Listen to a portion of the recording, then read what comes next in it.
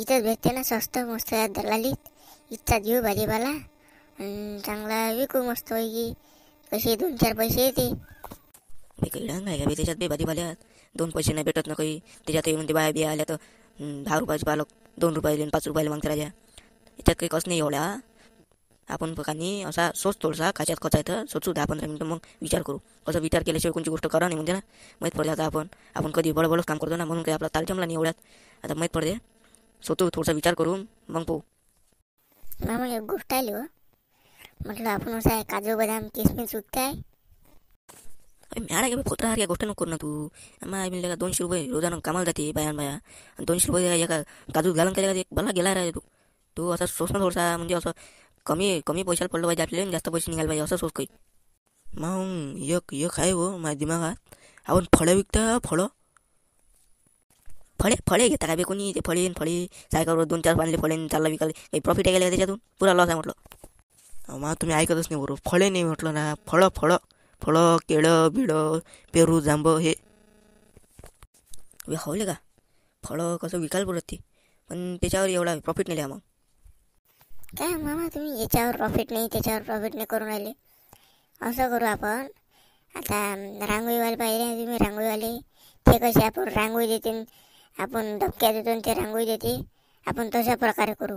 म्हणजे बिबक्या द्यावा, आम्ही तुमची त्याच्या बदली फळं देतो तुम्हाला. हवले का. आता गोष्ट गेली का बरोबर त्या. म्हणजे कसं आता रांगोळीवाले आपल्या शिशेवर रांगोळी देते, आपण तसं फळं द्यायची नाही. बरोबर आहे का? बरोबर आहे. याच्यावर प्रॉफिट होते आपला. अरे कसं पाहिजे माय आले राजा फटकन. फळाले हातही लावून राहिले, काही विचारणं नाही पुसणं नाही काही नाही. हां काही गचाक नाही द्यान बा मले. हवं आलं तिकडे हो ना, पैसे नाही चालले जिकडे मोठे फळाले हात लावाले. मग तुला पाहिजे रे टिपारीच्या, मग द्यायला टिपारी भाऊ सोडले. जाऊ द्या कसं गोड बोलून काम काढा गण. नाही आता तुम्हाला असं थोडी दिसणार राजा मी. म्हणजे ठोक माल पाहिजे चांगला असा, म्हणून आलो. नाही तर काय आहेच तेवढे दलाली दुकानं तुमच्या जवळ आहे काय एकदम. नाही म्हणा ते दिसून राहिला चांगला अमीरच, असा कसं दिसून नाही राहिला. बरं भाऊ सॉरी असं कसं चुकीचं बोललो. बरं सांग ना काय कोणचं काय पाहिजे तुम्हाला? कोणचं फळ पाहिजे? किती पाहिजे सांगा, मग त्या हिशोबाने देतो बा मी. म्हणजे असं प्रॉफिट कोणत्या फळावर येतो असं सांगा बा तुम्ही, मग मी त्या हिशोबाने घेतो. प्रॉफिट तर सगळ्याच फळावर होते, पण जास्त कमी स्वस्त भावात आणि जास्त पैसे येणार त्याच्या. म्हणजे तसे तर अंगूरच आहे. अंगूर म्हणजे कसे तुम्हाला स्वस्तही पडते, जास्त नेलं तर मग त्याच्यावर तुम्हाला चांगलं प्रॉफिट होते. जास्त माल टाकून म्हणजे जास्त पैसे लावून. जाऊ द्या मग असा अंगूर होते ना प्रॉफिट. बरं अंगूर घेतो. एक कॅरेट देऊन द्या अंगूर. बस झालं. सांगून द्या मग भाव किती होते तर पैसे. माझा चिंगूसले का चांगला ठोक मालान घेतो म्हणून 1 कॅरेट नेऊन राहिलेले का रताळ्या. बरं आपल्याला काय कोणाहीपासून पैसे काढणार आहे. बरं घ्या 1 कॅरेट घेऊन घ्या, द्या बा पैसे करा आणि विषय मोकळा करा. होय भांजे हो पहा आता मी अंगूर 1 कॅरेट नाही आहे अंगूर घेतलं. आता मी जातो गावात फिरतो इकडे तिकडे. आता पाहतो तेच तास करू ना मग ते बॉटलाईवर अंगूर. बरं तास करतो मी जातो म्हटलं. आता काय 2-4 गाव फिरतो, मग उद्यापासून तुम्ही जा. अरे काय होईल तसं राजा. मायबी मारतं काय गुंडा आहे का राजा? तू कुठचा आहे? मायबीन पाहिजे बा माझ्याजवळ काही मालबिल नाही जास्त म्हटलं. मायबीन तसं आला राजा. पहिलेच तर सुनसान इला खायच्या मायबीन. चांगला बॉडीगार्डही दिसून आला चांगला मायबीन. तर अरे बा माझ्याजवळ काहीच ते रे बा, नाही तर लुटा मायबीन. मायबीन मी हालत पाहूनच त्या माझ्या सगळे जण मला भेटी.